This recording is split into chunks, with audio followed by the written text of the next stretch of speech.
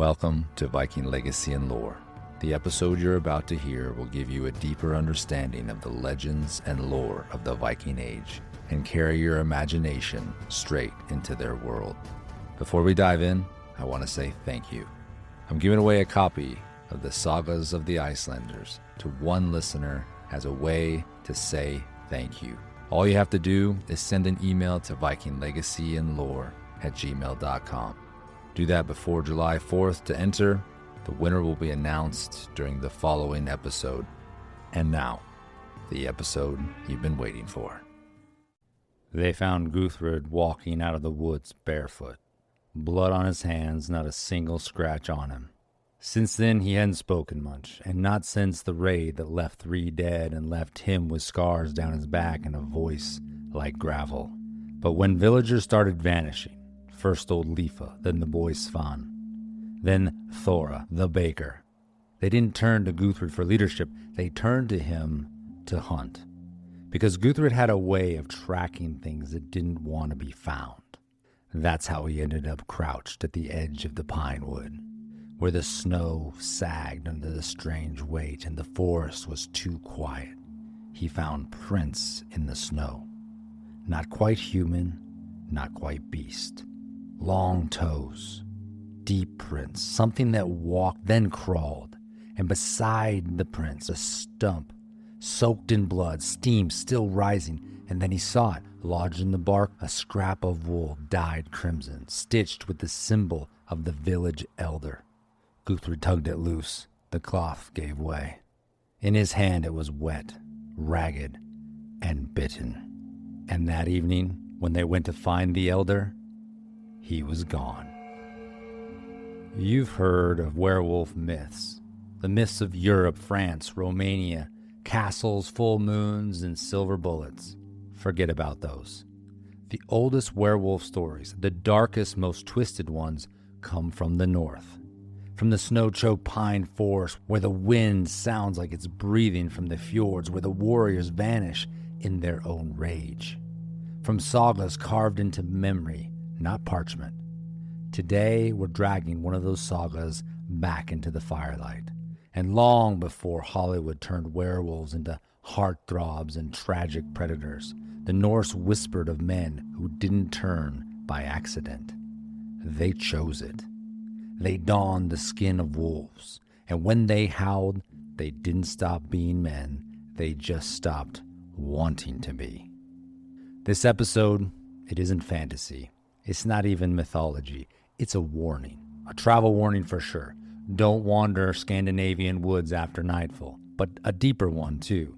Because if the beast lives inside of you, then it doesn't matter how far you run. And when we're done, you'll understand what the Vikings did. The real danger isn't in the forest. It's in the man who stops pretending to be human. And the one terrifying truth buried beneath every werewolf tale: there's no such thing as a silver bullet. They found the elder's door ajar, unlatched from within. His hearth had gone cold. His boots were still by the fire, dry and waiting. A mug of untouched ale sat silently on the table, undisturbed. But there was no sign of Heston.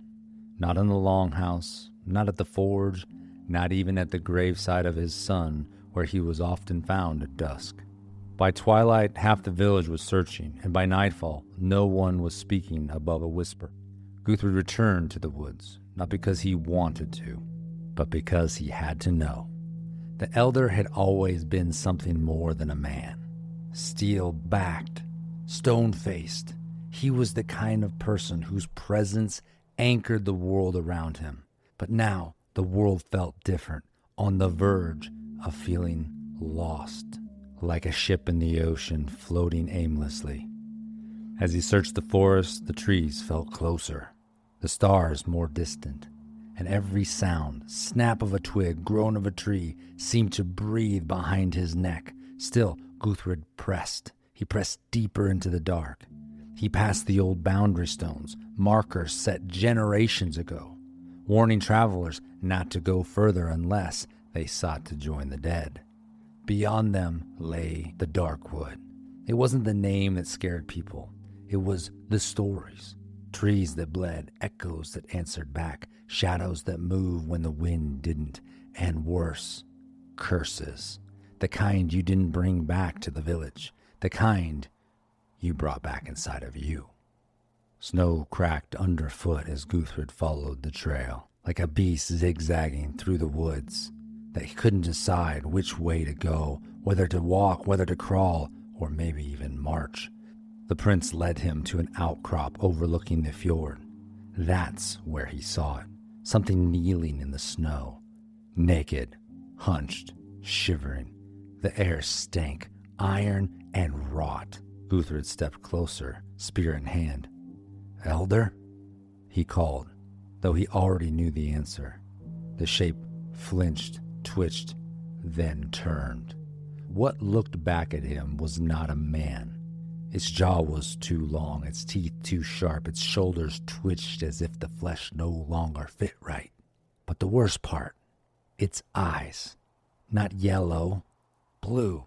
They flickered with a plea just for a moment, then something changed. The face twisted, the hands clenched into claws, and it shrieked, not like a wolf, but like a man being devoured by one. Guthred didn't run, not yet. He stepped back, slow. The beast rose to 2 feet, still human in shape, but wrong in every way. Taller, joints bent oddly, skin stretched too thin over muscle and bone. It seemed to pulse. It stalked forward, 1 step, then 2, but then it froze. It sniffed, eyes narrowed, and then, impossibly, it spoke, not in words, in Heston's voice, rasping, broken, echoing like it came from deep inside a cave. "I tried to take it off." Then the creature lunged. Guthred dove sideways, rolling through the snow and pine needles. His shoulder slammed into stone. The spear skid into the dark. Behind him, the sound of claws on bark, something massive leaping into the trees, then silence. Not absence of noise silence, haunting silence, the kind where even your own breath betrays you. He held still, frozen, listening. Branches cracked, snow fell. A growl, low and wet, rose behind him, then stopped. He turned slowly. Nothing. Only the wind. Only footprints.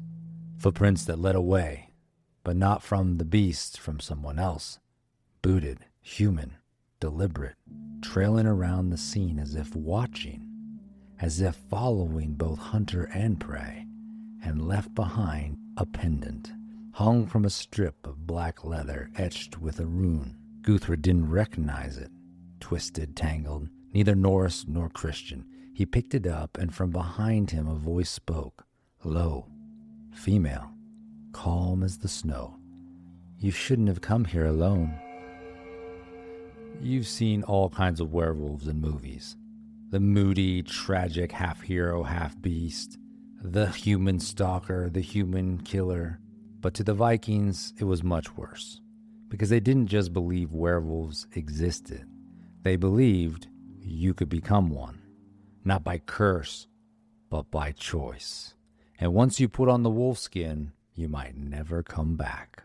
In the North, they didn't call them werewolves. They called them wolf. They also called them outlaws. There were a couple words the Norse used for werewolf. One meaning wolf, one meaning outlaw. Either way, the words were carved onto the names of those banished from society, not just as criminals, but those who had become something other than human. To be called by one of these names was to be declared inhuman, as if the gods themselves no longer saw you as a man. And if that word stuck, you were no longer protected by the laws of kin or clan. You could be hunted or even killed on sight. But how did one become one of these wolf people? Some said it began with a quest of vengeance. Others said it was rage. But the most terrifying, some said it began with a ritual, and some that wanted it. The Volsung saga, written centuries ago, tell of 2 men, Sigmund and his son. They discover 2 enchanted wolf pelts hanging in the forest. When they wear them, they take on the behavior of wolves. They fight like animals, lose their speech, and they prowled the woods as beasts for 10 days. During that time, they attacked even those they loved. It wasn't a story about shapeshifting.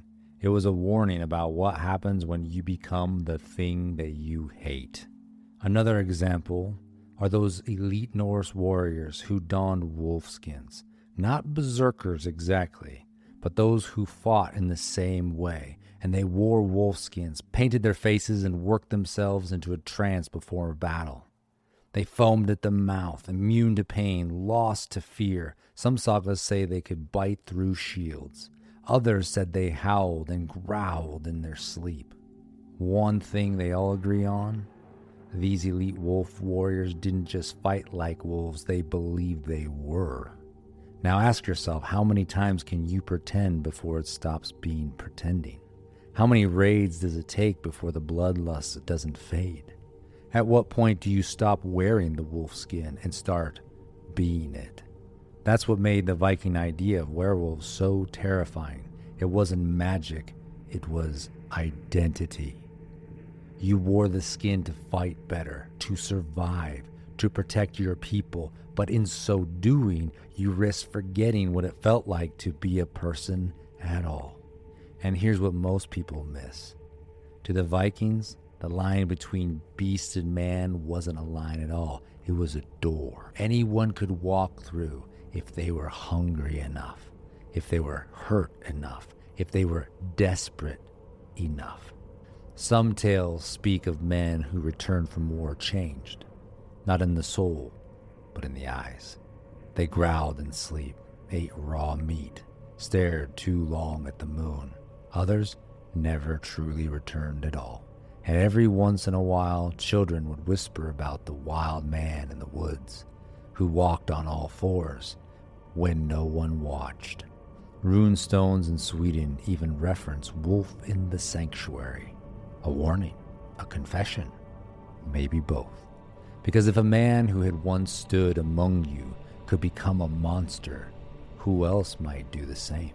Now, if you're thinking this all sounds like some warrior myth of adrenaline and aggression wrapped in wolfskin, remember this. These weren't stories told around the hearth to entertain. They were stories whispered in fear, spoken not to celebrate, but to warn. If you read between the lines of the sagas, you'll see it.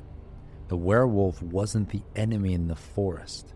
He was the hero who turned into a monster. Because once he put on the wolf persona, he couldn't take it off. And the one thing no one dares ask aloud: how many villager warriors came back from the battle a little too quiet about their experience? How many heroes lived just a little too far from the rest of the village? How many hunters stayed gone longer than they should have and came back with no game, but still blood on their hands? In our modern world, we might call it trauma. We might call it rage. We might call it losing self-control. The Vikings had a different word: the wolfman. And when someone became one, there was only ever one ending: a hunt. Most people think werewolves are the victims, cursed by a bite, marked by fate, forced into violence, begging to be cured. But in the Norse world, that's not how it began. You didn't become a wolf because of a curse.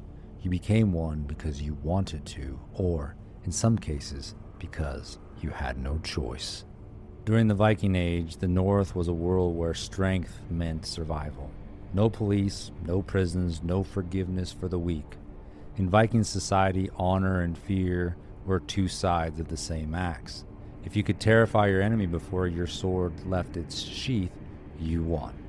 So, some warriors didn't just train harder, they sought to become something more than a man. And that's when whispers of ritual began to spread. Not everyone could be a berserker, frenzied and unstoppable, but anyone could take a darker path and become a wolf. Folklore in Iceland and northern Norway speak of isolated war bands, small cults of men who would don real wolf pelts, smear their faces with ashen blood, and spend nights in the deep forest howling until they forgot their own names. These weren't games, these weren't rites.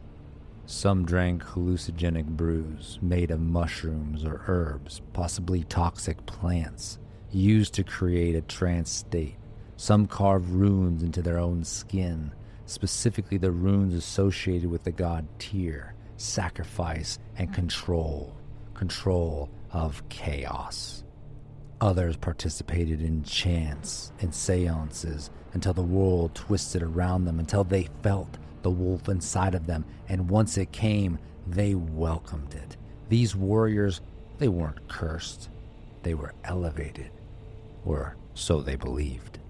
An old saga tells of a man whose name literally means icicle, cold and unyielding. He trained in silence, disappeared into the mountains for weeks at a time, and returned with blood on his arms and teeth marks on his own wrists. Locals whispered he had learned to bind the wolf to his will, not fight it, not resist it, but ride it. He became feared not because he transformed, but because he could fight like someone who was both man and beast. Other sagas tell of a more subtle example.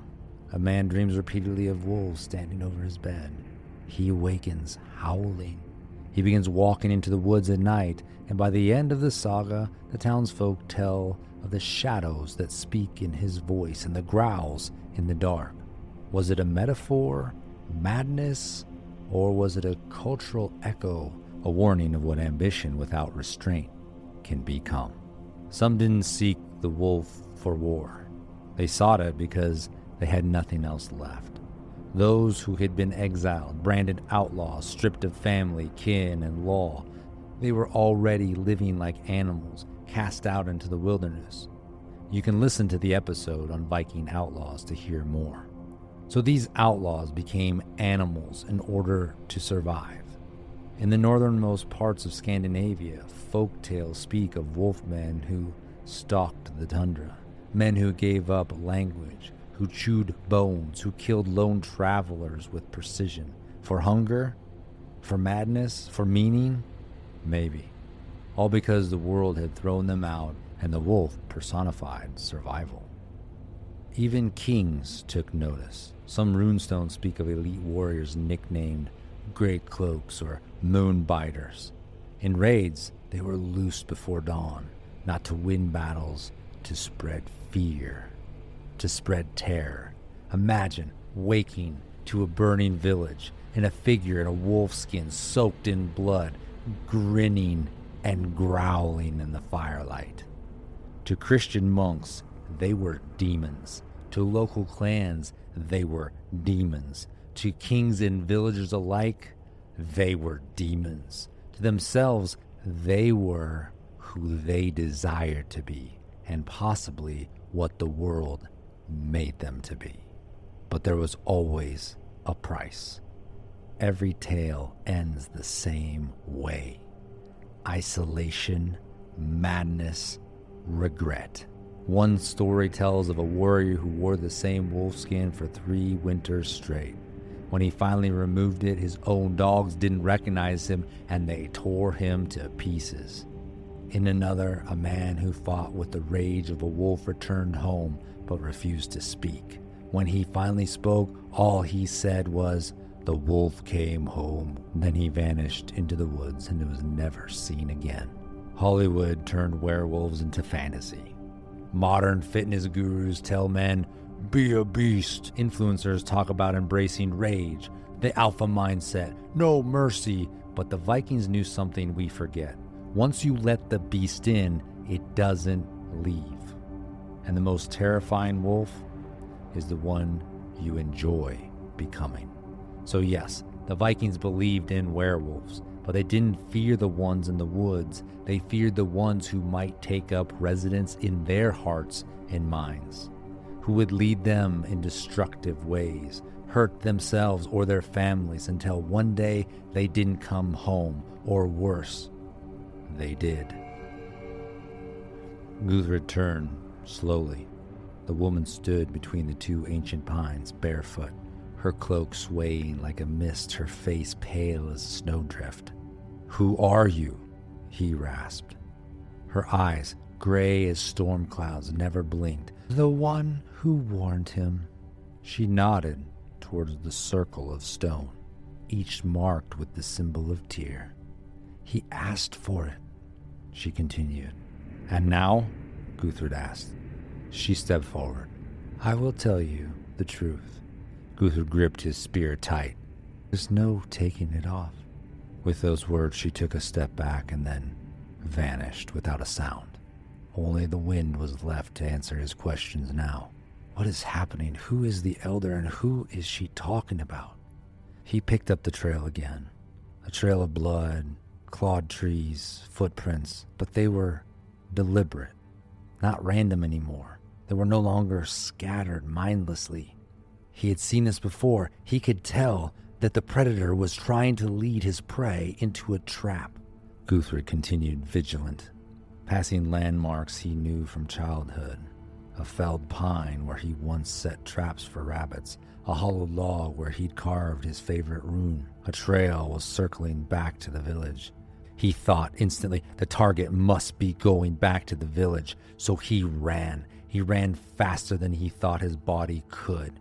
The cold was nothing now, only the sound of his everything faded, nothing mattered. Just get back to the village was the only thought that was going through his head at that time.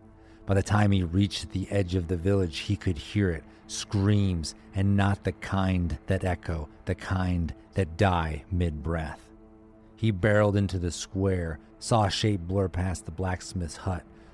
Wood splinters everywhere, blood on posts. He followed the path of destruction to the square.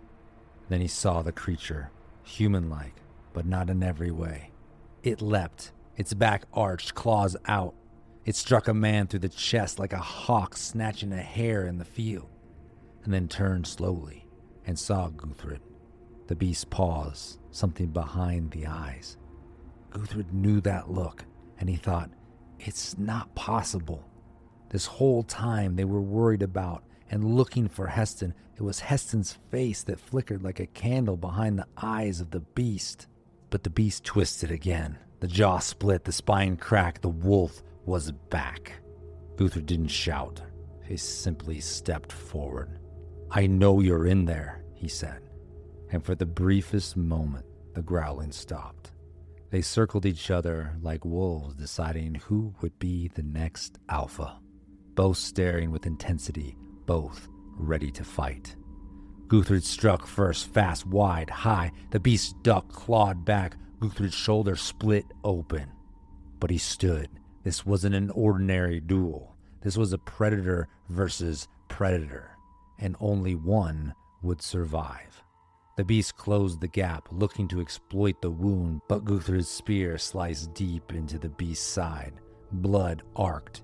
The beast howled, and the whole town heard it. Eyes peered from doorways. The brave and the curious took a position to catch a glimpse of the battle. Men gripping knives and tools, not knowing how the battle would play out. The beast roared again, but this time the sound wasn't rage. It was pain. Pain and memory. The beast looked down to evaluate the gash, but as soon as it lowered its eyes, Guthred thrust his spear just under the right rib. The creature staggered, looked at the spear buried deep. It fell to one knee, then two. Their eyes met, and the deep brown eyes of the beast turned blue again and showed something no longer beast, but more human. And then something changed. The fur peeled back, the jaw shrank, the claws cracked and curled inward. The village stood shocked, and Guthred was saddened because of what they were all witnessing, the death of their beloved elder, Heston. Heston knelt there, broken but human. His life was quickly escaping. Guthred approached solemnly. The elder raised his eyes with a look that was a mix of sorrow and gratitude. Heston spoke his final words. "You set me free." Guthred said nothing. Heston grinned just a bit. Then his head fell forward, and his body followed. He didn't rise again. They burned him at dawn, and not with scorn, because they knew that the beast could take up residence in any of them if it chose. That evening the village exhaled. The town was safe from the wolf. And Heston was free from the pain, the control, and the chains of the wolf. The village never spoke of the incident. The wolf skin that remained, it was burned, and the ashes were spread by the wind. The woman in the woods was never seen again. Who she was and what her role was is not clear. But every full moon after that, Guthred wondered if another soul would beg her for a ritual that couldn't be undone and only had one fate. Guthred found a home in the village that he helped protect. He never left. The people revered his act of courage and awarded him the position of elder. Every night he walked the perimeter, not because he feared the forest, but because the village's security was his responsibility. The village burned the wolf skin, but the wolf skins were plentiful if you knew where to look.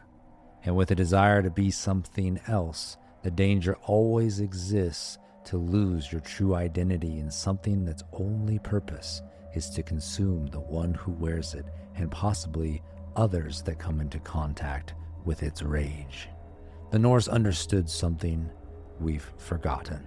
The beast never dies. It waits, and it's always ready. In the sagas, monsters rarely appear without cause. They are made from pain, from loss, from men who reached for power and didn't let go. The werewolf wasn't just a creature in the woods. He was a man who no longer wanted to be one. The wolf skin gave strength, a new identity, and the feeling of overwhelming power and freedom from human limitations. But the cost? Your name, your memory, your soul, and maybe even the ones you love. Because once you become the beast to win the fight, it doesn't always come off. That's what made the werewolf so feared in any context. And so we've met the Norse wolfmen. They may not snarl in the forests of the north anymore, but they still shout from the postmodern views that there is no truth but the truth you make.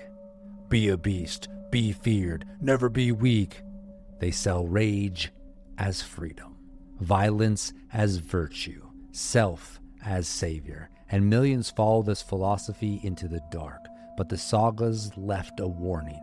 What you wear to win the war, to feel unlimited freedom, may just cost you both in the end. Don't think that philosophy is the only gateway to this destructive identity. Trauma, addiction, anger issues, they all contribute. But the Norse aren't offering a cure, they're only offering a mirror and a warning. Hollywood gave us silver bullets, clean kills, easy outs. The sagas offer no such thing. There's no weapon that works on the inside except truth and the courage to embrace that truth regardless of where it leads. Guthred defeated the beast because he was willing to stand and protect the town. Guthred didn't win because he was stronger. He won because he chose a path that wasn't safe. He chose to risk his life over self-preservation. He stood between his people and the monster they were unable to fight themselves. Don't glamorize the beast. Don't wear the skin the world tries to hand you. And whatever you do, don't lie to yourself and say you can take it off whenever you want. The real war isn't out there. It's within. And it won't be won by rage, denial, or strength. It will be won by the one who has the courage to face it without becoming it. So when it rises in you, that need to lash out, to dominate, to be something else, to feed the wolf, you have to ask, is it worth it to gain that thing you desire and lose yourself in the end? Until next time, be bold, be strong, and awaken the Viking in you.